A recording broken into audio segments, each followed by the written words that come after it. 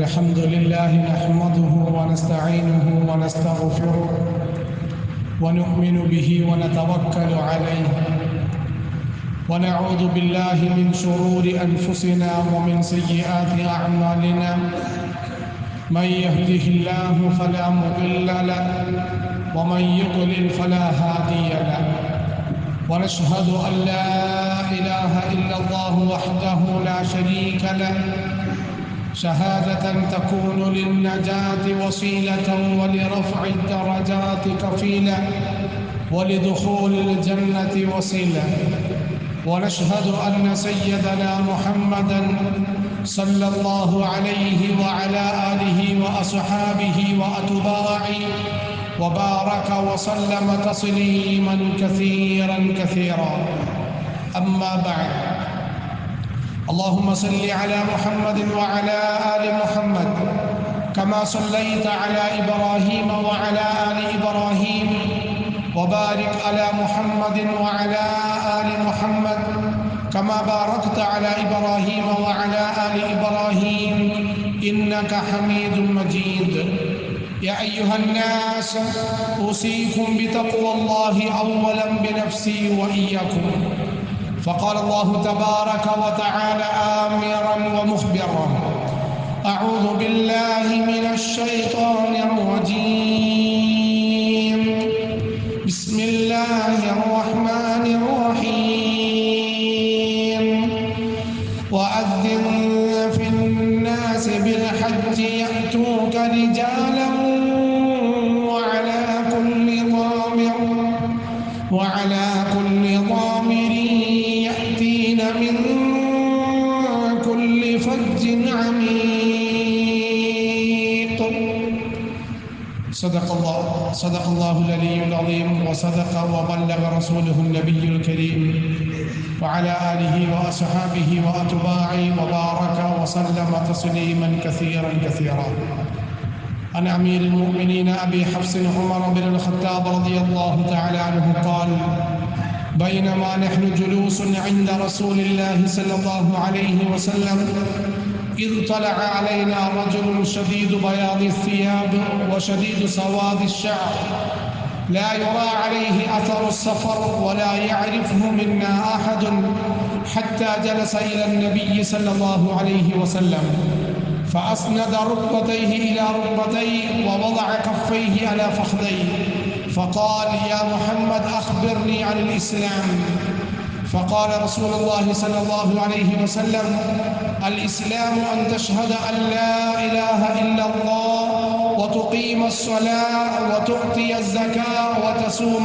رمضان وتحج البيت إن استطاع إليه سبيلا فقال صدقت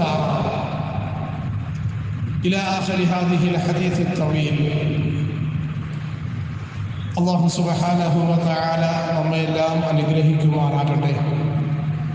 അവൻ്റെ പവിത്രമായ മഹത്വമായ മസ്ജിദിൽ പരിശുദ്ധിയോടുകൂടി ഒരുമിച്ച് കൂടിയ നാം ഏവരെയും അവൻ്റെ ജന്നാത്തുൽ ഫിർദൗസിലും മഹാനായ റസൂലുള്ളാഹി സ്വല്ലല്ലാഹു അലൈഹി വസല്ലമ തങ്ങളോടൊപ്പം ഒരുമിച്ച് കൂടി അനുഗ്രഹിക്കുമാറാകട്ടെ. കഴിഞ്ഞുപോയ ജീവിതത്തിൽ വന്നുപോയ എല്ലാ പാപവും കരുണയുള്ള തമ്പുരാൻ പരിപൂർണമായി മാപ്പ് നൽകുന്നവരിൽ നാം ഏവരെയും ഉൾപ്പെടുത്തുമാറാകട്ടെ.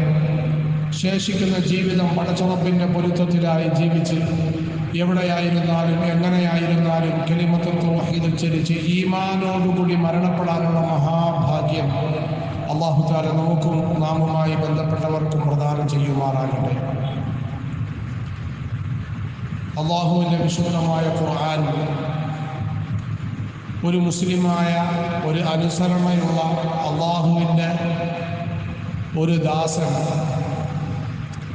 അവൻ ഭൂമിയിൽ എങ്ങനെയാണ് ജീവിക്കേണ്ടത് എന്ന് അള്ളാഹു വ്യക്തമായി വിശദീകരിക്കുന്നു. അള്ളാഹു ഖുർആനിൽ പല സ്ഥലങ്ങളിൽ പറയുന്നുണ്ട്, മുസ്ലിമീങ്ങൾ എന്ന് പറഞ്ഞാൽ അവർക്ക് കുറേ പ്രത്യേകതകളുണ്ട്. അവരുടെ ഏറ്റവും വലിയ പ്രത്യേകത അവരുടെ ജീവിതത്തിൽ അല്ലാഹു തആല കുറേ പ്രധാനപ്പെട്ട ലക്ഷ്യങ്ങൾ നൽകിയിട്ടുണ്ട്.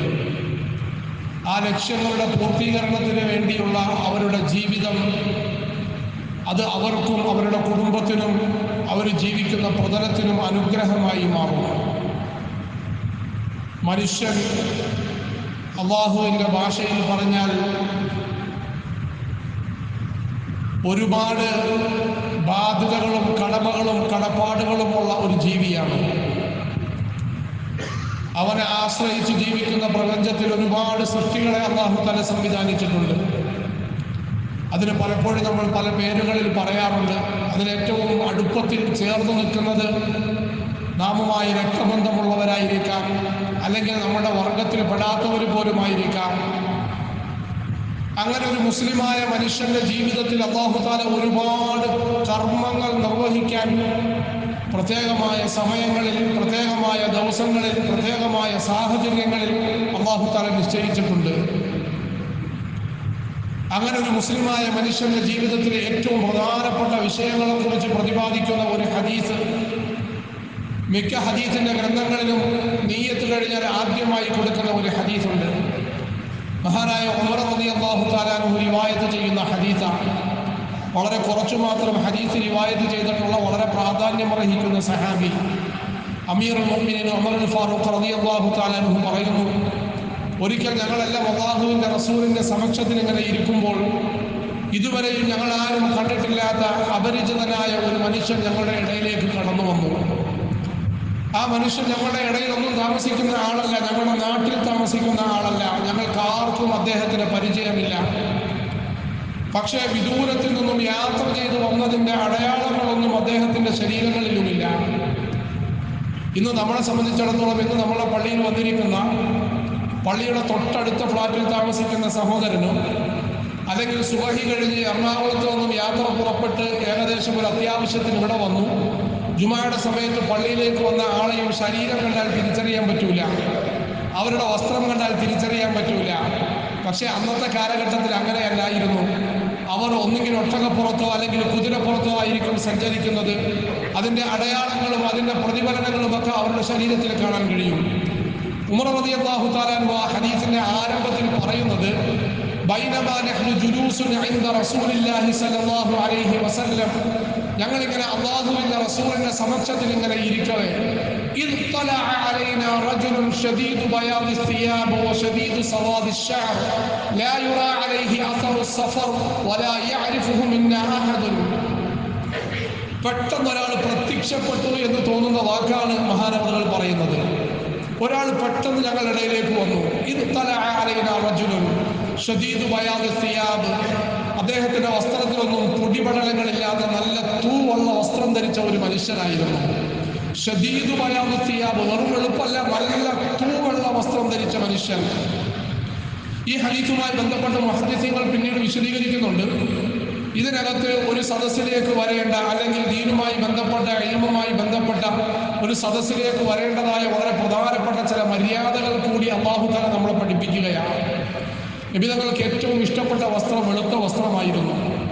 കഴിവിൻ്റെ പരമാവധി നമ്മൾ ജുമായക്കും അല്ലെങ്കിൽ വഖത്തുകൾക്കുമൊക്കെ വെള്ള വസ്ത്രം ധരിക്കാൻ നമ്മൾ ശ്രമിക്കണം. നിർബന്ധമൊന്നുമല്ല. ഇനി ഒരാൾക്ക് വേറെ ഒരു കുഴപ്പവുമില്ല. പക്ഷെ നമ്മളതിന് മനസ്സിൻ്റെ ഉള്ളിൽ ഒരു ഇഷ്ടം വെക്കണം. അല്ലാഹുവിൻ്റെ റസൂൽ അത് വല്ലാത്തൊരു ഇഷ്ടമായിരുന്നു. നബി തങ്ങൾ ജുമായക്ക് വെള്ള വസ്ത്രമായിരുന്നു അധികമായി ധരിക്കുന്നത്.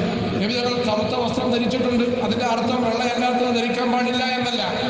എന്നാൽ ചില വസ്ത്രങ്ങൾ, ചില നിറങ്ങൾ അല്ലാഹുവിൻ്റെ റസൂൽ നിരോധിച്ചിട്ടുണ്ട്.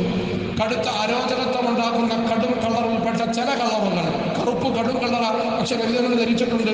കറുത്ത കമീസ് നബിതങ്ങൾ ധരിച്ചിട്ടുണ്ട്. കറുത്ത തലപ്പാവ് നബിതങ്ങൾ ധരിച്ചിട്ടുണ്ട്. കറുത്ത ഷാൾ നബിതങ്ങൾ ധരിച്ചിട്ടുണ്ട്. കാവി പോലെയുള്ള കുങ്കുമ കളർപ്പ് കലർന്നതായ നിറം, ഹദീസിൽ അങ്ങനെ തന്നെ വാക്ക് കാണാം. അന്നേ നബിതങ്ങൾ പറഞ്ഞു വെച്ചതാ. നബിതങ്ങൾക്ക് ഇഷ്ടമല്ലാത്ത കളറിൽ ആദ്യം കാണാൻ കഴിയുന്ന, ഗൂഗിൾ എടുത്തിട്ട് നമ്മൾ സെർച്ച് ചെയ്താൽ കാണാൻ കഴിയും. നബിതങ്ങൾക്ക് ഇഷ്ടമല്ലാത്ത കളർ ഏതാണ്? ആദ്യം കാണുന്നത് ഈ കളറാണ്. അതുകൊണ്ട് അതുപോലെയുള്ള അരോചകത്വം ഉണ്ടാക്കുന്ന കളറുകൾ നബിതങ്ങൾക്ക് ഇഷ്ടമല്ലായിരുന്നു. ഒരു സഹാബി ഒരു ഒട്ടകത്തിന്റെ ജീനി, ഒട്ടക ഇരിക്കാനും വേണ്ടി ഉപയോഗിക്കുന്നതായ ചെറിയ കുഷൻ, ആ കളർ ഇട്ടുകൊണ്ട് വന്നു. നബിതങ്ങൾ പറയും അതെടുത്ത് മാറ്റാൻ പറഞ്ഞു. അദ്ദേഹം ഒരുപാട് പാടുപെട്ട് പ്രത്യേകം ഒരാളെ കൊണ്ട് തയ്പ്പിച്ചതായിരുന്നു. അതിനകത്തിരിക്കാൻ സുഗമമായ കുഷനായിരുന്നു. അള്ളാഹുവിന്റെ റസൂൽ പറഞ്ഞു, അത് എനിക്ക് യോജിച്ചതല്ല, എടുത്തു മാറ്റാൻ പറഞ്ഞു.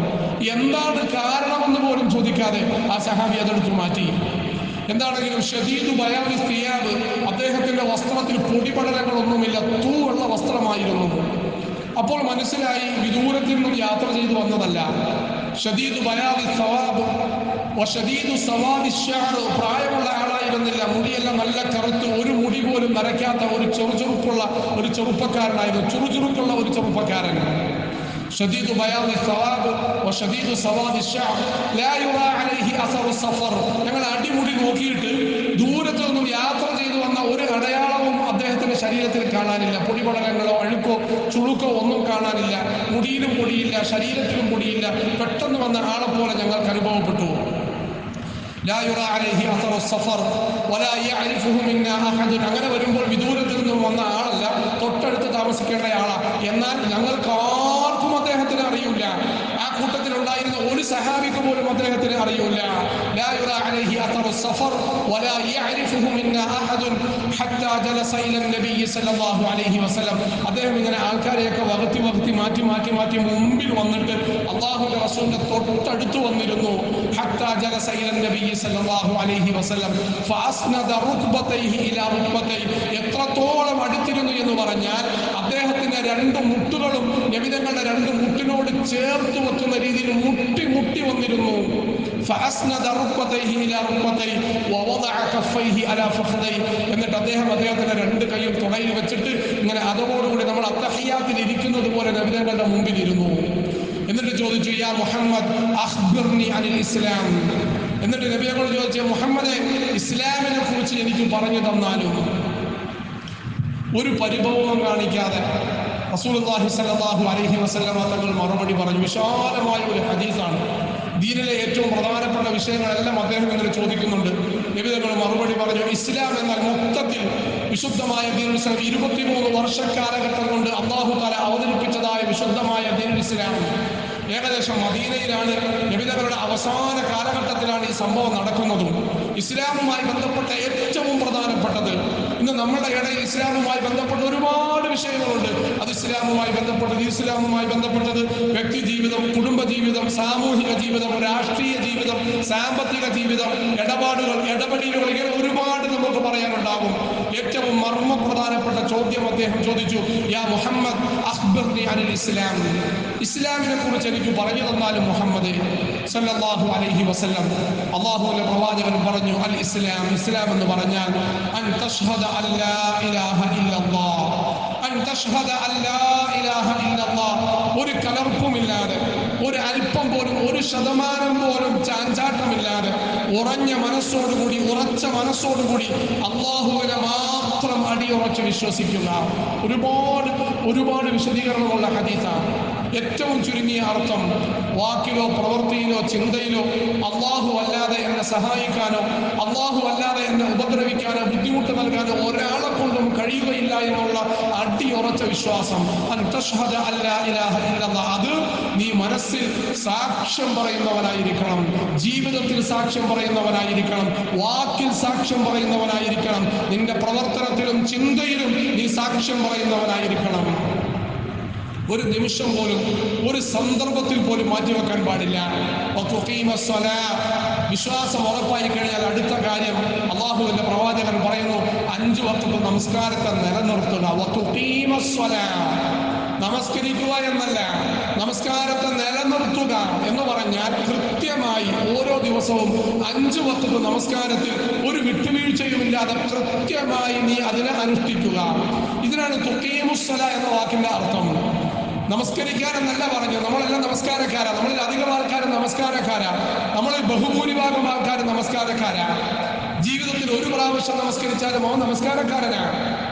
ഒരു ദിവസത്തിൽ ഒരു വഖ്ത് നമസ്കരിച്ചാലും നമസ്കാരക്കാരനാണ്. പല ആൾക്കാരും മഗ്രിബ് നമസ്കരിക്കുന്നവരാ, പലരും സുബഹി നമസ്കരിക്കുന്നവരാ, പലരും ഇശാ നമസ്കരിക്കുന്നവരാ. തിരക്കായതുകൊണ്ട് ലോഹർ ഉണ്ടാകൂല, തിരക്കായതുകൊണ്ട് അസർ ഉണ്ടാകൂല. ഇനി ഏതെങ്കിലും ഒരു വഖത്തിന് തിരക്ക് വന്നാൽ ആ വഖത്തും ഉണ്ടാകൂല.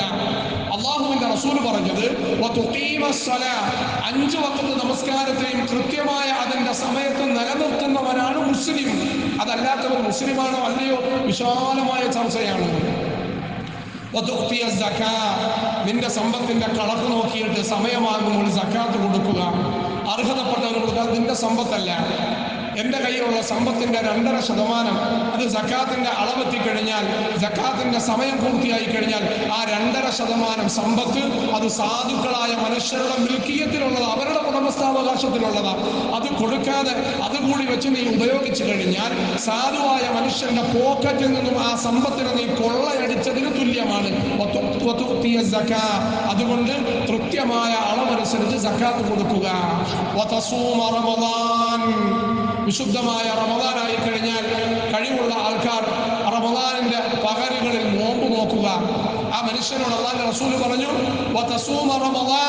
റമദാൻ മുഴുവനും നോമ്പ് നോക്കുക. അവസാനം അല്ലാഹുവിന്റെ റസൂൽ പറഞ്ഞു, ഇതെല്ലാം നമ്മളിൽ ഇങ്ങനെ ഒന്നാമത് പറഞ്ഞത് വിശ്വാസം, അത് ജീവിതത്തിന്റെ ഒരു നിമിഷം പോലും, ഒരു സെക്കൻഡ് പോലും മാറ്റിവെക്കാൻ കഴിയാത്തത്. രണ്ടാമത് പറഞ്ഞ നമസ്കാരം ഓരോ ദിവസവും 5 വഖത്ത് ഓരോന്നിന്റെയും അളവനുസരിച്ച് നമ്മുടെ ജീവിതത്തിലേക്ക് കടന്നു വരികയാണ് ക്രമാനുസൃതമായി. ഒന്നാമത്തത് നമ്മളുടെ ജീവൻ, നമ്മളുടെ ശ്വാസം, അതിനേക്കാൾ വലിയ മഹത്വത്തോടുകൂടി അല്ലാഹുവിന്റെ പ്രവാചകൻ വിശദീകരിക്കുന്നു, ജീവിതത്തിന്റെ ഒരു നിമിഷം പോലും മാറ്റിവെക്കാൻ പറ്റാത്ത ആദർശത്തിൽ ഉറപ്പുള്ളവനായിരിക്കണം നീ. രണ്ടാമത്തത് ഓരോ ദിവസത്തിലും 5 വഖത്ത് നമസ്കാരം. മൂന്നാമത്തത് നിന്റെ സമ്പത്തിന്റെ കണക്കനുസരിച്ച് വർഷത്തിൽ ഒരു പ്രാവശ്യം. ആദ്യം പറഞ്ഞത് ജീവിതത്തിന്റെ ഒരു നിമിഷവും പാഴാക്കാൻ പറ്റൂല. രണ്ടാമത് പറഞ്ഞത് ഓരോ ദിവസത്തിലും 5 വഖത്ത്. മൂന്നാമത് പറയുന്നത് ഒരു വർഷത്തിൽ ഒരു പ്രാവശ്യം, ഒരു മാസം അല്ലാഹുവിന് വേണ്ടി നീ നോമ്പ് നോക്കണം. നാലാമത് പറഞ്ഞു, അല്ലാഹുവിന്റെ റസൂൽ പറഞ്ഞു, റമദാൻ നോമ്പ് നോക്കണം. വിശുദ്ധമായ റമദാനാകുമ്പോൾ നോമ്പ് നോക്കണം. സക്കാത്ത് വർഷത്തിൽ ഒരു പ്രാവശ്യം, നോമ്പും വർഷത്തിൽ ഒരു പ്രാവശ്യം. അവസാനം അല്ലാഹുവിന്റെ റസൂൽ പറഞ്ഞു, അല്ലാഹുവിന്റെ വിശുദ്ധമായ കഅബ ശരീഫിലേക്ക് വന്നിട്ട് അവിടേക്ക് പോയിട്ട് ജീവിതത്തിൽ ഒരു പ്രാവശ്യം നീ ഹജ്ജ് ചെയ്യണം. നിനക്ക് ഹജ്ജ് ചെയ്യാനുള്ള സൗകര്യം, അതിനുള്ള അവസരം, അതിനുള്ള സന്ദർഭം, അതിനുള്ള സാഹചര്യം അല്ലാഹു നിനക്ക് ഒരുക്കി തന്നാൽ മാത്രമല്ലാതെ വേണ്ട. അല്ലാഹു നിനക്കുള്ള സംവിധാനങ്ങളും സൗകര്യങ്ങളും ഒരുക്കി തന്നാൽ ജീവിതത്തിൽ ഒരു പ്രാവശ്യം അല്ലാഹുവിന്റെ വിശുദ്ധമായ ഹറമിൽ പോയിട്ട്, കഅബ ഷരീഫിൽ പോയിട്ട് നീ ഹജ്ജ് ചെയ്യുക. ഇസ്ലാം തീർന്നു. ചോദ്യകർത്താവ് പറഞ്ഞു, സദഖ്ത, താങ്കൾ സത്യം പറഞ്ഞു എന്ന്. അദ്ദേഹം ചോദ്യം ചോദിച്ചു അറിയാനായിട്ട്. അല്ലാഹുവിന്റെ റസൂൽ മറുപടി പറഞ്ഞു. മറുപടി കേട്ടിട്ട് ഇദ്ദേഹം എല്ലാം അറിയാവുന്ന ആളെക്കൂടി പറഞ്ഞു, സദഖ്ത, അങ്ങ് പറയുന്നത് സത്യമാണെന്ന് പറഞ്ഞു. ഉമർ റളിയല്ലാഹു തആല അൻഹു പറയും, ഫഅജബ്നാ ലഹു യസ്അലുഹു വയുസദ്ദിഖു, ഞങ്ങൾക്ക് ആശ്ചര്യമായി. ഞങ്ങളുടെ ഇടയിൽ ഇതുവരെയും ഇങ്ങനൊരു സന്ദർഭം ഉണ്ടായിട്ടില്ല.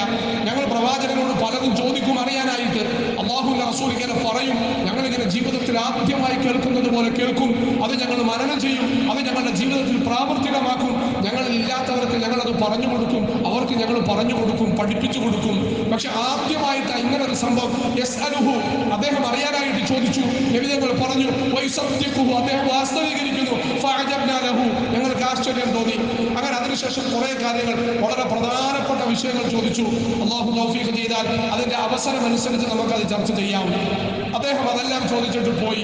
പുറത്തേക്ക് ഇറങ്ങി. പിന്നീട് ഞങ്ങൾ അദ്ദേഹത്തെ കണ്ടില്ല. റസൂലുള്ളാഹി സ്വല്ലല്ലാഹു അലൈഹി വസല്ലമ തങ്ങൾ ഉമർ റളിയല്ലാഹു തആല അൻഹുവിനോട് പിറ്റേ ദിവസം ചോദിച്ചു, ആ വന്ന ആള് ആരാണെന്ന് മനസ്സിലായോ എന്ന് ചോദിച്ചു. അപ്പോൾ ഉമർ റളിയല്ലാഹു തആല അൻഹു പറഞ്ഞു, അല്ലാഹു അഅലം, അല്ലാഹുവിന് അറിയാം, ഞങ്ങൾക്ക് അറിയില്ല. റസൂലുള്ളാഹി സ്വല്ലല്ലാഹു അലൈഹി വസല്ലമ തങ്ങൾ പറഞ്ഞു, അതാകും ജിബ്രീൽ, നിങ്ങളുടെ അടുക്കലേക്ക് വന്നത് ജിബ്രീലാണ്. ഇസ്ലാമിലെ ഏറ്റവും പ്രധാനപ്പെട്ട വിഷയം പറഞ്ഞു പഠിപ്പിക്കാൻ അല്ലാഹു മനുഷ്യകോലത്തിൽ നിങ്ങളുടെ ഇടയിലേക്ക് വന്ന ജിബ്രീലാണ്. ബുഖാരി മുസ്ലിമും ഉദ്ധരിക്കുന്ന ഹദീസ്.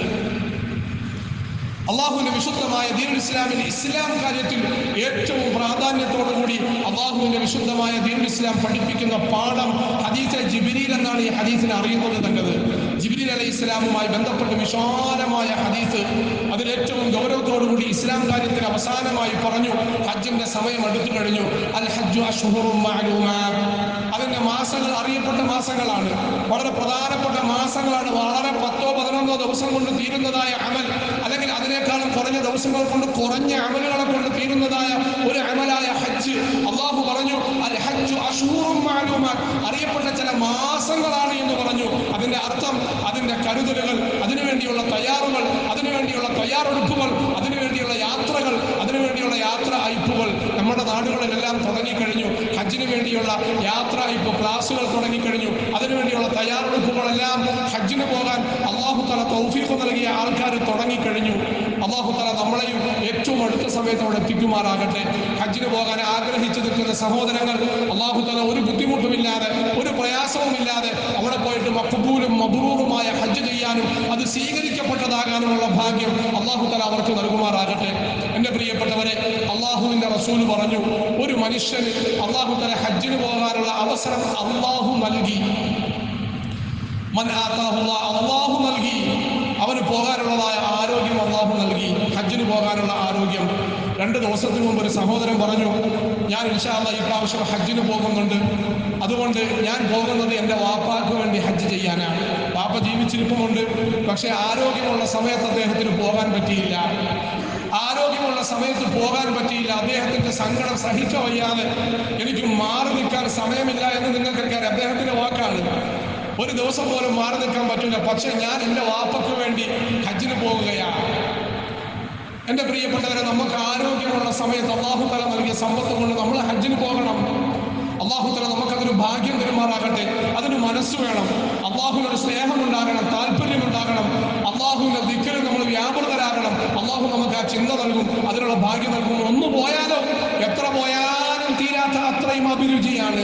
വീണ്ടും വീണ്ടും പോകാൻ മനസ്സ് കൊതിക്കുന്ന ഒരേ ഒരു കാര്യം, എത്ര പോയാലും തീരൂല. അല്ലാഹുവിന്റെ റസൂൽ സല്ലല്ലാഹു അലൈഹി വസല്ലം തങ്ങൾ പറഞ്ഞതുപോലെ, മനിസ്തതഅ മിൻകും അൻ യമൂത ഫിൽ മദീന, ആർക്കെങ്കിലും മരിക്കാനുള്ള ഭാഗ്യത്തിന്റെ 2 ഹറമുകൾ, അല്ലാഹുവിന്റെ വിശുദ്ധമായ മക്കയും വിശുദ്ധമായ മദീനയും, ആർക്കെങ്കിലും എവിടെങ്കിലും കിടന്ന് മരിക്കാനുള്ള സ്വാതന്ത്ര്യം കിട്ടുകയാണ് എങ്കിൽ അവർ മദീനയെ തെരഞ്ഞെടുത്തു കൊള്ളട്ടെ, ഹറമിനെ തെരഞ്ഞെടുത്തു കൊള്ളട്ടെ. അതിനേക്കാൾ മഹത്വമുള്ള ഒരു സ്ഥലം ഭൂമിയിലില്ല. മുഅ്മിനായ മനുഷ്യന്റെ മനസ്സ് അതുമായി ബന്ധപ്പെട്ട് കിടക്കുകയാണ്, മക്കയുമായി മദീനയുമായി. ഞാൻ ജനിച്ച നാൾ മുതൽ, അല്ലെങ്കിൽ എൻ്റെ കാത് മുളച്ച നാൾ മുതൽ, ഞാൻ ചിന്തിക്കാനും ഞാൻ മനസ്സിലാക്കാനും തുടങ്ങിയ കാലം മുതൽ, എൻ്റെ വീട്ടുകാരെ നമസ്കരിക്കുന്നതിനോട് ഒന്നും അറിയാതെ സുജൂദിൽ വീണ കാലം മുതൽ ഞാൻ സുജൂദിലേക്ക് വീഴുന്നത് ആരോ പറഞ്ഞു കേട്ട ആ കഅബ ഷരീഫ്, കുറെ നാളുകളായി പടങ്ങളിലും രൂപങ്ങളിലും ഒക്കെ കാണാൻ തുടങ്ങി ആ കഅബ ഷരീഫ്, ആ കഅബ ഷരീഫിന്റെ മതാഫിൽ നിന്നുകൊണ്ട് നേർക്കുനേരെ അതൊന്ന് കാണാനുള്ള ഭാഗ്യം, അതിനേക്കാൾ വലിയ ഭാഗ്യം എന്താ ഭൂമിയിൽ? അള്ളാഹു നമുക്ക് നൽകുമാറാകട്ടെ. അള്ളാഹുവിന്റെ റസൂൽ പറഞ്ഞു, ഒരു മനുഷ്യന് അള്ളാഹു തആല അതിനുള്ള അവസരം നൽകി. ഒന്നാമത്തെ അവസരം, അവന് ശരീരത്തിന് അള്ളാഹു തആല ആരോഗ്യം നൽകി, ഹജ്ജിന് പോകാനുള്ള ആരോഗ്യം. യാത്ര പുറപ്പെട്ട് നാട്ടിൽ നിന്നും പുറപ്പെട്ടു പോകാൻ പണ്ടൊക്കെ ഒരുപാട് നമ്മൾ കേട്ടിട്ടുള്ളതാ, പണ്ടൊക്കെ തിരിച്ചു വരുമെന്ന് ഒരു പ്രതീക്ഷയുമില്ലാത്ത യാത്ര പോക്കാം, ഒരു പ്രതീക്ഷയുമില്ല. മോട്ടറുകളോ മിഷീനോ ഒന്നും ഘടിപ്പിച്ചിട്ടില്ലാത്ത പായൽ കപ്പലുകളിലാണ് ഹജ്ജിന് വേണ്ടി പോകുന്നത്. അവർ യാത്ര അയച്ച ചെറിയ നുറുങ്ങ് ഓർമ്മയുള്ളവർ ഇന്നും നമ്മളുടെ ഇടയിൽ ജീവിച്ചിരിപ്പുമുണ്ട്. ആ കാലഘട്ടത്തിൽ അവർ എല്ലാവരോടും പൊരുത്തം ചോദിച്ചിട്ട് 1 രൂപയുടെ ബാധ്യത പോലും ബാക്കി വെക്കാതെ എല്ലാവരോടും യാത്ര പറഞ്ഞിട്ട് ഒരു മരണയാത്ര പോലത്തെ ഒരു യാത്ര പുറപ്പെടലാണ് ഹജ്ജിന്റെ യാത്ര. അതുപോലെ തന്നെയാണ് ഹജ്ജിന്റെ യാത്ര. മനുഷ്യൻ പുറപ്പെടുകയാണ്.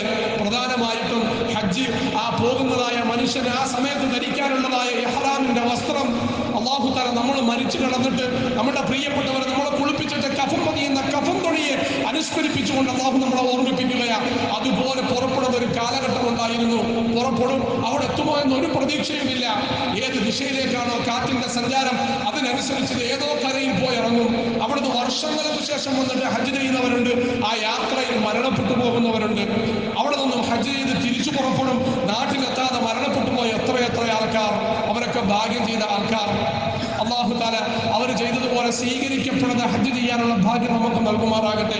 ഇന്ന് നമ്മൾ പുറപ്പെടും. പല ആൾക്കാർ 2 ആഴ്ച കൊണ്ട് ഹജ്ജ് ചെയ്തിട്ട് തിരിച്ചു വരാൻ പറ്റും, അതിനുള്ള സൗകര്യമുണ്ട്.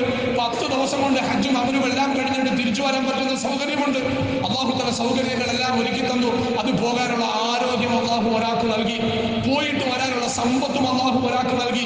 വീണ്ടും പറയുക, പല പ്രാവശ്യം പറഞ്ഞിട്ടുള്ളതാ, ഹജ്ജ് കമ്മിറ്റിയിൽ അപേക്ഷ കൊടുക്കും, ആ അപേക്ഷയിൽ എൻ്റെ പേര് വീണാലേ എനിക്ക് ഹജ്ജ് നിർബന്ധമാകുകയുള്ളൂ എന്ന് ആരെങ്കിലും ധരിച്ചിട്ടുണ്ടെങ്കിൽ അത് തെറ്റാണ് സഹോദരങ്ങളെ, അത് തെറ്റാണ് പ്രിയപ്പെട്ടവരെ, അത് 100% തെറ്റാണ്.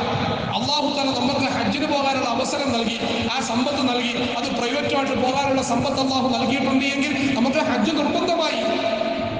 ഹജ്ജ് അല്ലാഹു തആല നമുക്ക് നിർബന്ധമാക്കി. എന്റെയും എൻ്റെ കുടുംബത്തിന്റെയും ചെലവ് കഴിഞ്ഞുള്ളതായ സമ്പത്ത് ഞാൻ ഹജ്ജിന് പോയിട്ട് തിരിച്ചു വരുന്നത് വരെ അവർക്ക് ചെലവിനുള്ളതായ സമ്പത്തും കഴിഞ്ഞിട്ട് ഹജ്ജിന് പോകാനുള്ള സമ്പത്ത് ഉണ്ടെങ്കിൽ മാത്രമേ അവർ നിർബന്ധമാക്കുകയുള്ളൂ. നമ്മളൊന്ന് തെറ്റിദ്ധരിച്ചിരിക്കുകയാണ്. പല ആൾക്കാരും 5 പ്രാവശ്യം ഹജ്ജിന് പോകാനുള്ള സമ്പത്ത് മിച്ചമുണ്ടാകും, എന്നാലും അപേക്ഷ കൊടുത്തു, അത് കിട്ടുന്നതിൽ കാത്തിരിക്കും. ഈ പ്രാവശ്യം കിട്ടിയില്ല. ആ മനുഷ്യന് ഹജ്ജിന് പോകാനുള്ള സമ്പത്തും ഉണ്ടായിരുന്നു. അടുത്ത പ്രാവശ്യത്തിന് മുമ്പ് ആ മനുഷ്യൻ മരണപ്പെട്ടു പോയാൽ അല്ലാഹു കാക്കുമാറാകട്ടെ. അല്ലാഹുവിന്റെ റസൂലിന്റെ ഒരു വാക്കുണ്ട്, ഒരു മനുഷ്യന് ഹജ്ജിന് പോകാനുള്ള അവസരം അല്ലാഹു നൽകി, അവന് ആരോഗ്യം റബ്ബ് നൽകി, അവന് സമ്പത്തും അല്ലാഹു നൽകി, പോകാനുള്ള എല്ലാ സൗകര്യവും ഉണ്ടായിരുന്നു. പക്ഷെ അവൻ പോയില്ല. ഒന്നുകിൽ അത്രയും സമ്പത്ത് നഷ്ടപ്പെട്ടു പോകുമല്ലോ എന്നുള്ള പേടി കൊണ്ട്, പണത്തിനോടുള്ള താല്പര്യം കൊണ്ട് എൻ്റെ മക്കൾക്ക് വേണ്ടി മാറ്റിവെച്ചത്, അല്ലെങ്കിൽ എൻ്റെ ഇന്ന കാര്യങ്ങൾക്ക് വേണ്ടി മാറ്റിവെച്ചത്, അതെന്തിനാ ഈ 40 ദിവസം കൊണ്ട് 8 ലക്ഷമോ 10 ലക്ഷമോ ചെലവാക്കി കളയുന്നത്, 5 ലക്ഷം ചെലവാക്കി കളയുന്നത് എന്നുള്ള പണത്തിനോടുള്ള അതിയായ ആക്രാന്തം കാരണം, താല്പര്യം കാരണം അവൻ ഹജ്ജിന് പോകാതെ ആ പൈസയും കെട്ടിപ്പിച്ചുകൊണ്ടിരുന്നു. 3 ലക്ഷം ലാഭം കിട്ടും ഗവൺമെന്റിൽ പോയാൽ, പ്രൈവറ്റിൽ പോയാൽ കൂടുതലാകും. ആ 3 ലക്ഷത്തിന് വേണ്ടി ഹജ്ജിന് പോകാതെ കാത്തിരുന്ന മനുഷ്യൻ അടുത്ത പ്രാവശ്യത്തിന് മുമ്പ് മരണപ്പെട്ടു പോയാൽ, അല്ലെങ്കിൽ ഹജ്ജിന് അപേക്ഷ പോലും കൊടുക്കാതെ അതിനെക്കുറിച്ച് ചിന്ത പോലും ഇല്ലാതെ ആ മനുഷ്യൻ മരണപ്പെട്ടു പോയി. ഹജ്ജ് ചെയ്യാനുള്ള സൗകര്യവും ഉണ്ടായിരുന്നു. അല്ലാഹുവിന്റെ റസൂലിന്റെ ഒരു വാക്കുണ്ട്, അവർ യഹൂദിയായിട്ടോ നസാറയായിട്ടോ ചത്തുപോയിക്കൊള്ളട്ടെ. നബി മുഹമ്മദ് മുസ്തഫ സല്ലല്ലാഹു അലൈഹി വസല്ലം ഒരു ഇതര മതത്തിൽപ്പെട്ട മനുഷ്യൻ അല്ലാഹുവിന്റെ റസൂലിനെ സർവ്വസമയം ഉപദ്രവിക്കാനായിട്ട് നേർച്ച നേർന്ന് നടന്ന മനുഷ്യൻ, ആ മനുഷ്യന് വേണ്ടി പോലും അല്ലാഹുവിന്റെ റസൂൽ ഹിദായത്തിന് വേണ്ടി പ്രാർത്ഥിച്ചിട്ടുള്ളതാ. ആ മനുഷ്യന്റെ മുഖത്ത് നോക്കി എപ്പോഴും പുഞ്ചിരിക്കുമായിരുന്നു. നബി തങ്ങളുടെ മുഖത്തേക്ക് അഴുക്ക് വലിച്ചെറിയും, നബി തങ്ങൾ തിരിച്ചു പുഞ്ചിരിക്കും. ആ പ്രവാചകനാ പറഞ്ഞത്, തന്റെ സമുദായത്തിൽപ്പെട്ട ഒരു മുസ്ലിമായ മനുഷ്യനെ കുറിച്ചാ പറഞ്ഞത്, അവന് ഹജ്ജിന് പോകാനുള്ള സൗകര്യം ഉണ്ടായിട്ട് ഹജ്ജിന് പോയില്ല എങ്കിൽ അവൻ യഹൂദിയായിട്ടോ നസാറയായിട്ടോ ചത്തുപോയിക്കൊള്ളട്ടെ. എത്ര ഗൗരവമേറിയ വാക്കാണെന്ന് നമ്മൾ മനസ്സിലാക്കണം. അല്ലാഹുവിന്റെ പ്രവാചകൻ ഹസ്രത്ത് ഇബ്രാഹിം നബി അലൈഹിസ്സലാം, ഒരുപാട് പ്രവാചകന്മാർ, അതിൽ ഏറ്റവും പ്രധാനപ്പെട്ട പ്രവാചകന്മാരിൽപ്പെട്ട ഒരു പ്രവാചകനാണ് ഇബ്രാഹിം നബി അലൈഹിസ്സലാം. നമ്മളെല്ലാ വർഷത്തെ നമസ്കാരത്തിലും അത്തഹിയ്യാത്തിനും നിർബന്ധമാണ് അല്ലാഹുവിന്റെ പ്രവാചകന്റെ മേൽ സ്വലാത്ത് ചൊല്ലൽ. ആ സ്വലാത്തിനല്ലാതെ നമ്മൾ നമസ്കരിച്ചാൽ നമസ്കാരം ബാത്തിലായി പോകും, നമസ്കാരം ശരിയാകൂല. നമസ്കാരത്തിന്റെ ഫർളുകളിൽപ്പെട്ടത് ആ പ്രവാചകന്റെ മേലുള്ള സ്വലാത്ത്. ആ സ്വലാത്തിന്റെ പേര് തന്നെ പ്രവാചകൻ നമ്മൾ പഠിപ്പിച്ചത് സ്വലാത്ത് ഇബ്രാഹിം എന്ന, അതിന്റെ പേര് സ്വലാത്ത് മുഹമ്മദിയ എന്നല്ല. അല്ലാഹുവിന്റെ റസൂലിന്റെ മേലുള്ള സ്വലാത്ത. ചിന്തിച്ചു നോക്കി, പ്രവാചകന്റെ മേലുള്ള സ്വലാത്താണ് ഏറ്റവും മഹത്വമായ സ്വലാത്ത്. സ്വലാത്തുകളിൽ ഏറ്റവും മഹത്വമായ സ്വലാത്ത് അത്തഹിയ്യാത്തിന്റെ സ്വലാത്ത്. അത് പഠിപ്പിച്ചത് പ്രവാചകൻ. സഹാബാക്കൾ പറയുമായിരുന്നു, അല്ലാഹുവിന്റെ റസൂൽ ഞങ്ങളെ ഇങ്ങനെ മുമ്പിൽ ഇരുത്തിയിട്ട് കുഞ്ഞു കുട്ടികളെ പഠിപ്പിക്കുന്നത് പോലെ ഞങ്ങളെ അത്തഹിയ്യാത്തും സ്വലാത്തും പഠിപ്പിക്കുമായിരുന്നു. അതിനുശേഷമുള്ള ദുആയും പഠിപ്പിക്കുമായിരുന്നു. നമസ്കാരത്തിൽ അത്തഹിയ്യാത്തിന്റെ അവസാനത്തെ ദുആ, അതിൽപ്പെട്ട സ്വലാത്താണ് സ്വലാത്ത്. ആ സ്വലാത്തിന്റെ പേര് അല്ലാഹുവിന്റെ പ്രവാചകൻ പഠിപ്പിച്ചത് സ്വന്തം പേരിനോട് ചേർത്തല്ല, നബിതങ്ങൾക്ക് വേണ്ടി അല്ലാഹു പഠിപ്പിച്ച സ്വലാത്ത്. പക്ഷെ പ്രവാചകൻ പറഞ്ഞു സ്വലാത്ത് ഇബ്രാഹിം. ആ സ്വലാത്തിന്റെ പേര് സ്വലാത്ത് ഇബ്രാഹിം എന്ന ഇബ്രാഹിം നബി അലൈഹി ഇസ്ലാമിലേക്ക് ചേർത്ത് പറഞ്ഞു. എന്താ കാരണം? അല്ലാഹു പറയുകയാ, അല്ലാഹുമ്മ സല്ലി അലാ മുഹമ്മദിൻ വഅലാ ആലി മുഹമ്മദ്. അല്ലാഹുവേ, മുഹമ്മദിന്റെ വേണ്ടി അനുഗ്രഹം ചെയ്യണേ അല്ലാഹ് സല്ലല്ലാഹു അലൈഹി വസല്ലം, അവിടുത്തെ കുടുംബങ്ങളുടെ മേലും. കമാ സല്ലൈത അലാ ഇബ്രാഹിം, ഏതുപോലെ റബ്ബ് നൂറ്റാണ്ടുകൾക്ക് മുമ്പ് ഭൂമിയിൽ ജീവിച്ചിരുന്ന ഉലുൽ അസ്മുകളിൽപ്പെട്ട പ്രവാചകന്മാരിൽ പ്രധാനപ്പെട്ട പ്രവാചകനായ ഇബ്രാഹിം നബി അലൈഹി ഇസ്ലാമിന്റെ മേൽ നീ അനുഗ്രഹം ചെയ്തതുപോലെ എന്റെ പ്രവാചകനായ മുഹമ്മദിന്റെ മേലും നീ അനുഗ്രഹം ചെയ്യണേ അല്ലാഹ് സല്ലല്ലാഹു അലൈഹി വസല്ലം. ഓക്കെ, ഇബ്രാഹിം നബി അലൈഹി സ്വലാമിന് അനുഗ്രഹം ചെയ്തതുപോലെ മുഹമ്മദ് നബിയുടെ മേൽ നീ അനുഗ്രഹം ചെയ്യണേ അല്ലാഹ് എന്ന് ഈ പ്രവാചകൻ നമ്മളെ പഠിപ്പിക്കുകയാണ്. അള്ളാഹുവിന്റെ പ്രവാചകന്റെ വിനയം 1. 2, ഈ ഉമ്മത്തിന് ഈ പ്രവാചകൻ ഇബ്രാഹിം നബി അലൈഹി സ്വലാമുമായിട്ടുള്ള ബന്ധം, അള്ളാഹുവിനുള്ള അതിയായ സ്നേഹത്തിന്റെ, അള്ളാഹുവിനുള്ള അതിയായ പ്രേമത്തിന്റെ, അള്ളാഹുവിനുള്ള അതിയായ അനുസരണയുടെ പ്രതീകമാണ് ഹജ്ജ്. അതിന്റെ പ്രതീകമാണ് കഅബ, അതിന്റെ പ്രതീകമാണ് ഹജറുൽ അസ്വദ്, അതിന്റെ പ്രതീകമാണ് ലോകത്തെ ഏറ്റവും വലിയ അത്ഭുതമെന്ന് അമുസ്ലിമീങ്ങളെ കൊണ്ട്, ഇസ്ലാമിന്റെ ശത്രുക്കളെ കൊണ്ട് അള്ളാഹു തആല എഴുതിപ്പിച്ചതായ സംസം അതിന്റെ പ്രതീകമാണ്. അല്ലാഹു തആല നൽകിയ അത്ഭുതകരമായ പ്രതീകമാണ്. ഇബ്രാഹിം നബി അലൈഹി സ്വലാമിന്റെ അനുസരണ, അള്ളാഹുവിനോടുള്ള അടങ്ങാത്ത സ്നേഹം, അള്ളാഹു തആല ആ സ്നേഹവും ആ അനുസരണയും എല്ലാം നമുക്ക് നൽകുമാറാകട്ടെ. വരുന്ന ആഴ്ചകളിൽ അതിലേറ്റവും പ്രധാനപ്പെട്ട നമുക്ക് ചർച്ച ചെയ്തു പോകാം. അതിലുപരി അള്ളാഹു നമ്മുടെ ജീവിതത്തിലേക്ക് പ്രാവർത്തികമാക്കാനുള്ള ഭാഗ്യം തരുമാറാകട്ടെ. ഇബ്രാഹിം നബി അലൈഹി സ്വലാമിന്റെയും ആ കുടുംബത്തിന്റെയും ത്യാഗോജ്ജലമായ ജീവിതം, അനുസരണ, അത്ഭുതകരമായ അനുസരണ, ആ അനുസരണയുടെ ഫലമാണ് ഖിയാമത്ത് നാൾ വരെയുള്ള മുഴുവൻ മുഅ്മിനീങ്ങളും മുസ്ലിമീങ്ങളും അവർ മുസ്ലിമാകണമെങ്കിൽ നമസ്കരിക്കണം. ആ നമസ്കാരം ശരിയാകണമെങ്കിൽ ആ നമസ്കാരത്തിലെ ഏറ്റവും പ്രധാനപ്പെട്ടതായ പ്രാർത്ഥന, ദുആ നബിതങ്ങളുടെ മേൽ ചെല്ലണം. ആ ദുആയുടെ ഏറ്റവും പ്രധാനപ്പെട്ടത് അല്ലാഹുവേ മുഹമ്മദ് നബിക്ക് നീ അനുഗ്രഹം ചെയ്യണേ അല്ലാഹ്. ഏതുപോലെ ഇബ്രാഹിം നബി അലൈഹി സ്വലാമിന് നീ അനുഗ്രഹം ചെയ്തതുപോലെ വബാരിക് അലാ മുഹമ്മദ്, മുഹമ്മദ് നബിയുടെ മേൽ നീ ബർക്കത്ത് ചെയ്യണേ അല്ലാഹ്. കമാ ബാറക്ത അലാ ഇബ്രാഹിം, ഇബ്രാഹിം നബി അലൈഹി സ്വലാമിന്റെ മേൽ നീ ബർക്കത്ത് ചെയ്തതുപോലെ. ഖിയാമത്ത് നാൾ വരെയുള്ള മുഴുവൻ മനുഷ്യരും പറഞ്ഞേ പറ്റും. ഇത്രയും വലിയ സ്ഥാനത്തിലേക്ക്, മഹത്വത്തിലേക്ക് എത്തിയതുമായി ബന്ധപ്പെട്ട വളരെ പ്രധാനപ്പെട്ട അമല് അള്ളാഹു ഇഷ്ടപ്പെട്ടതുകൊണ്ട് അള്ളാഹു തആല ഖിയാമത്ത് നാൾ വരെയുള്ള മുഅ്മിനീങ്ങളോടും അത് ചെയ്യാൻ പറഞ്ഞു. അതിന്റെ ഭാഗമാണ് ഹജ്ജ്. ഇബ്രാഹിം നബി അലൈഹി സ്വലാമിൽ അള്ളാഹു ഇഷ്ടപ്പെട്ടത്, ആ കുടുംബത്തിൽ റബ്ബിന് ഇഷ്ടപ്പെട്ടത്, റബ്ബിനോടുള്ള ഇഷ്ടത്തിന്റെ, സ്നേഹത്തിന്റെ, പ്രേമത്തിന്റെ അടയാളമായി അള്ളാഹു തആല അതിനെ അടയാളപ്പെടുത്തി. ആ അടയാളം അള്ളാഹു തആല നമ്മളോട് പങ്കുവെച്ചു. ഇബ്രാഹിം നബി അലൈഹി സ്വലാമിനോട് പറയും, ഇബ്രാഹിമെ ഉമ്മത്തിനോട് പറയും, ജനങ്ങളോട് പറയും. ഇബ്രാഹിം നബി അലൈഹി സ്വലാം ചോദിച്ചു, അള്ളാഹു ഞാൻ ഇവിടെ നിന്ന് പറഞ്ഞാൽ ആര് കേൾക്കാനാവുക? ഇബ്രാഹിമെ നിന്റെ ഉത്തരവാദിത്വം പറയല, കേൾപ്പിക്കേണ്ട ഉത്തരവാദിത്വം എന്റേതാ. ഇബ്രാഹിം നബി അലൈഹി സ്വലാം അവിടെ നിന്ന് പറഞ്ഞു. അതേ വാക്ക് അതുപോലെ അള്ളാഹു വിശുദ്ധമായ ഖുർആനിൽ കൂട്ടിച്ചേർത്തു.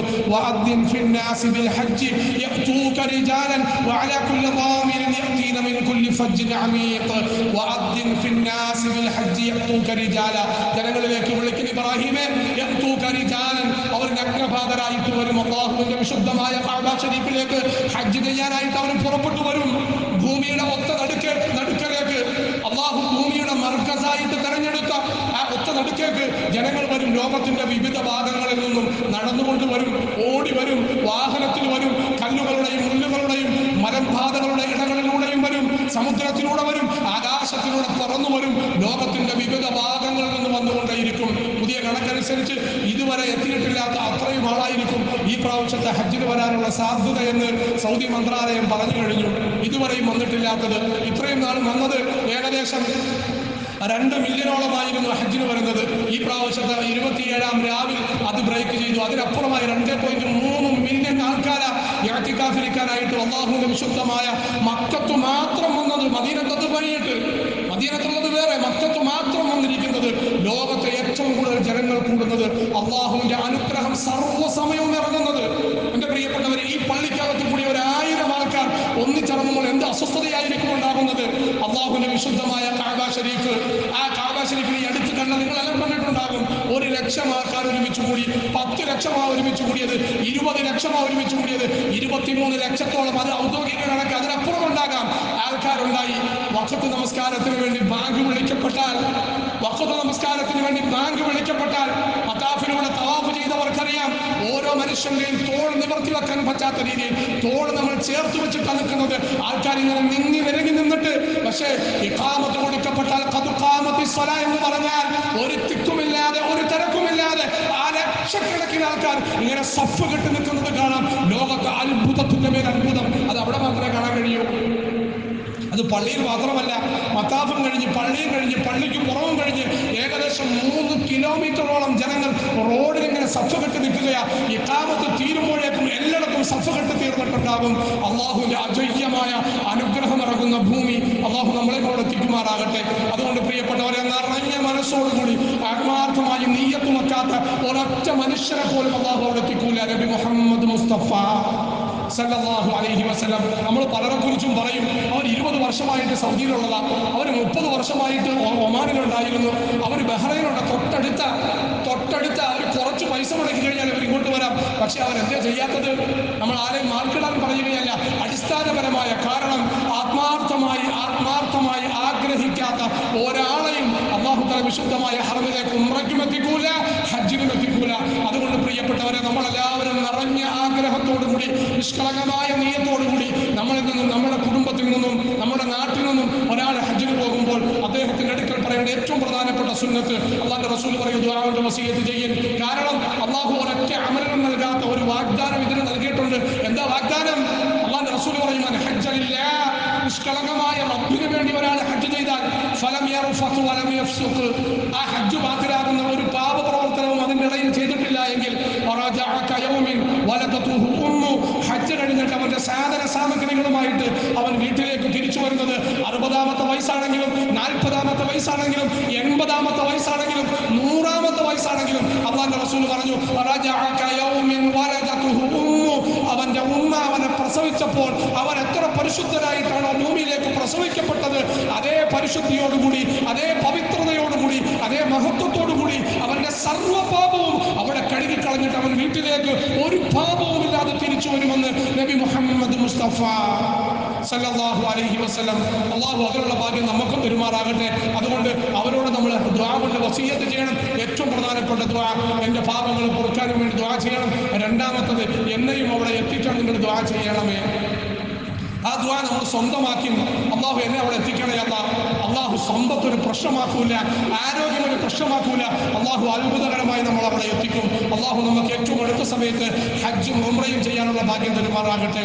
യാ അയ്യുഹല്ലദീന ആമനു തഖുല്ലാഹ വഖൂലു ഖൗലൻ സദീദാ യുസ്ലിഹ് ലക്കും അഅമാലക്കും വയഗ്ഫിർ ലക്കും ദുനൂബക്കും വമൻ യുതിഇല്ലാഹ വറസൂലഹു ഫഖദ് ഫാസ ഫൗസൻ അദീമാ.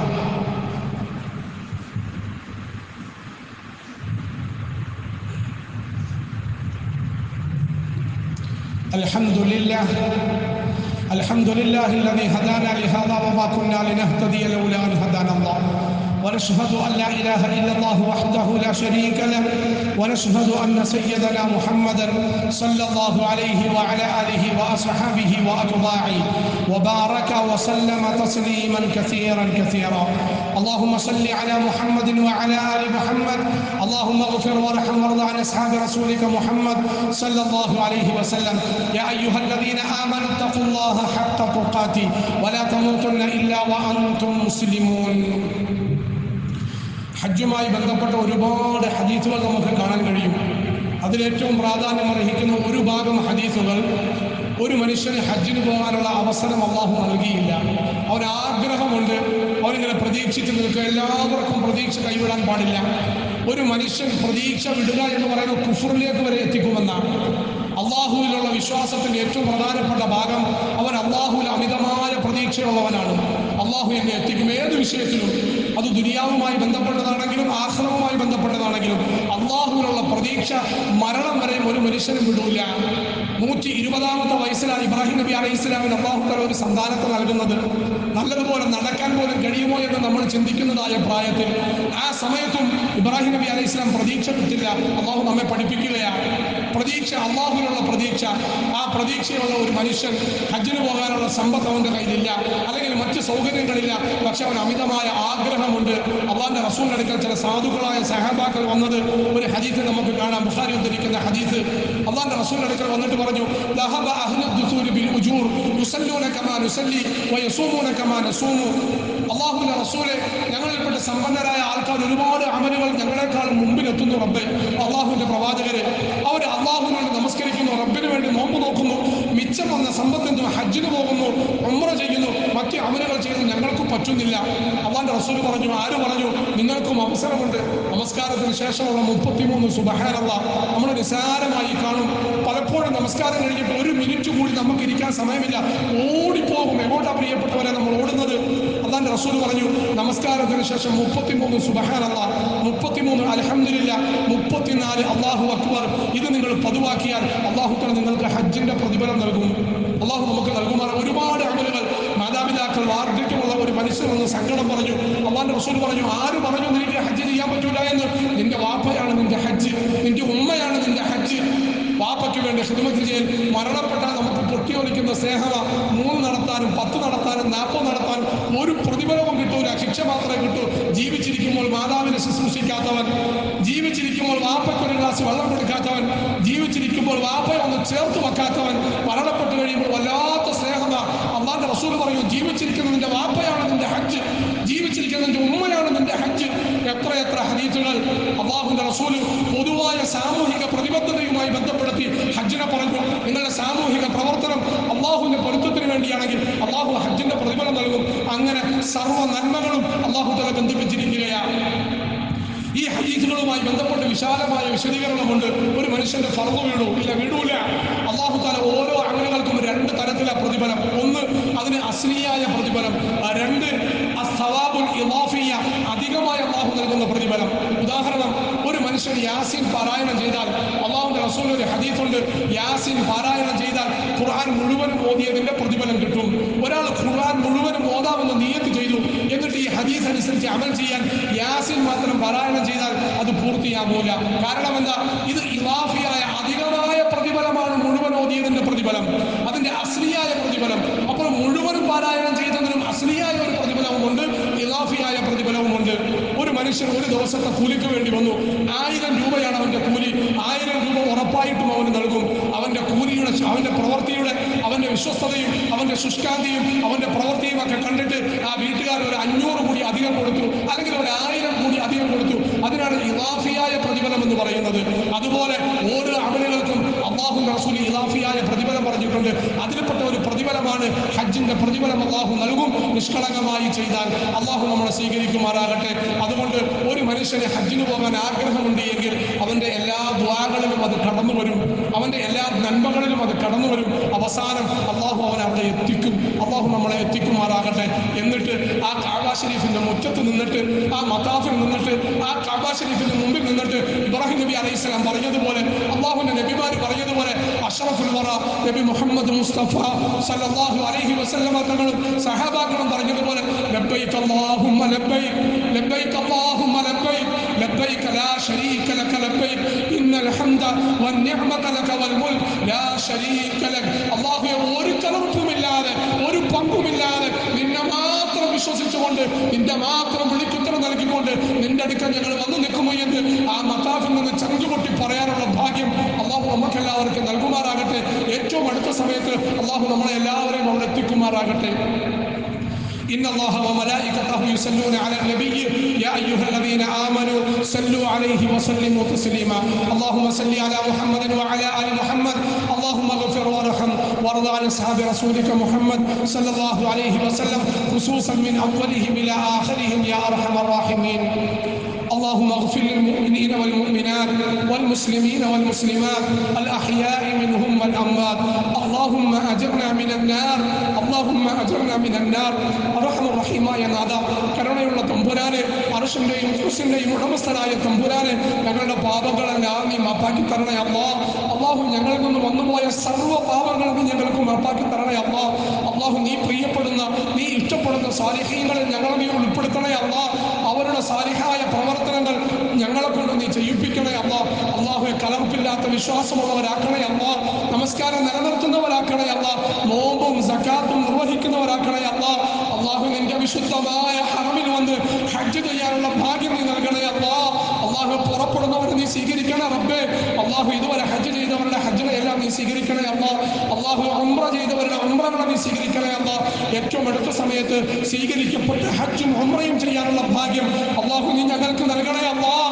അല്ലാഹു, ഞങ്ങളെ ചങ്കുപൊട്ടി ലബ്ബൈക്ക് പറയുമ്പോൾ ലബ്ബൈക വസഅലൈക എന്ന നിന്റെ അടുക്കൽ നിന്നുള്ള വിളിയുത്തരം അല്ലാഹു ഞങ്ങൾക്ക് വേണ്ടി നീ നൽകണേ അല്ലാഹ്. അല്ലാഹു, ഞങ്ങളെ എല്ലാം നീ സ്വീകരിക്കണേ റബ്ബേ. അല്ലാഹു, ഞങ്ങളെ നീ പരീക്ഷിക്കല്ലേ അല്ലാഹ്. രോഗം കൊണ്ടും സാമ്പത്തിക ബുദ്ധിമുട്ട് കൊണ്ടും അല്ലാഹു മറ്റു ബുദ്ധിമുട്ടുകൾ കൊണ്ട് ഞങ്ങളെ നീ പ്രയാസപ്പെടുത്തല്ലേ അല്ലാഹ്. അല്ലാഹു, അസഹനീയമായ ചൂട് ഞങ്ങൾക്ക് താങ്ങാൻ കഴിയുന്നില്ല തമ്പുരാനെ. അല്ലാഹു, ഏറ്റവും അടുത്ത സമയത്ത് സമൃദ്ധമായ മഴ നീ ഞങ്ങൾക്ക് നൽകണേ അല്ലാഹ്. അല്ലാഹുമ്മ സ്ഖിനാ ഗൈസൻ മുഗീസ, അല്ലാഹുമ്മ സ്ഖിനാ ഗൈസൻ മുഗീസ ഹനീഅൻ മരീഅ ലാ ളററ യാ റബ്ബൽ ആലമീൻ. അല്ലാഹു, ഒരു ബുദ്ധിമുട്ടും ഒരു പ്രയാസവും ഇല്ലാത്ത അല്ലാഹു അനുഗ്രഹത്തിന്റെ മഴ നീ ഞങ്ങൾക്ക് നൽകണേ അല്ലാഹ്. അല്ലാഹു, കടുത്ത ചൂടിനെ തൊട്ട് ഞങ്ങളെ നീ കാക്കണേ റബ്ബേ. അല്ലാഹു, മഴ കാരണം ബുദ്ധിമുട്ടുന്ന സഹോദരങ്ങൾക്ക് അല്ലാഹു ആ മഴ നീ അനുഗ്രഹമാക്കി മാറ്റണേ അല്ലാഹ്. എല്ലാ പ്രയാസങ്ങളെ തൊട്ടും ഞങ്ങളെ നീ കാക്കണേ തമ്പുരാനെ. ഞങ്ങളുടെ അമലുകളെ എല്ലാം നീ സ്വീകരിക്കണേ അല്ലാഹ്. റബ്ബനാ ആതിനാ ഫിദ്ദുനിയാ ഹസന വഫിൽ ആഖിറതി ഹസനത വഖിനാ അദാബന്നാർ വൽഹംദുലില്ലാഹി റബ്ബിൽ ആലമീൻ.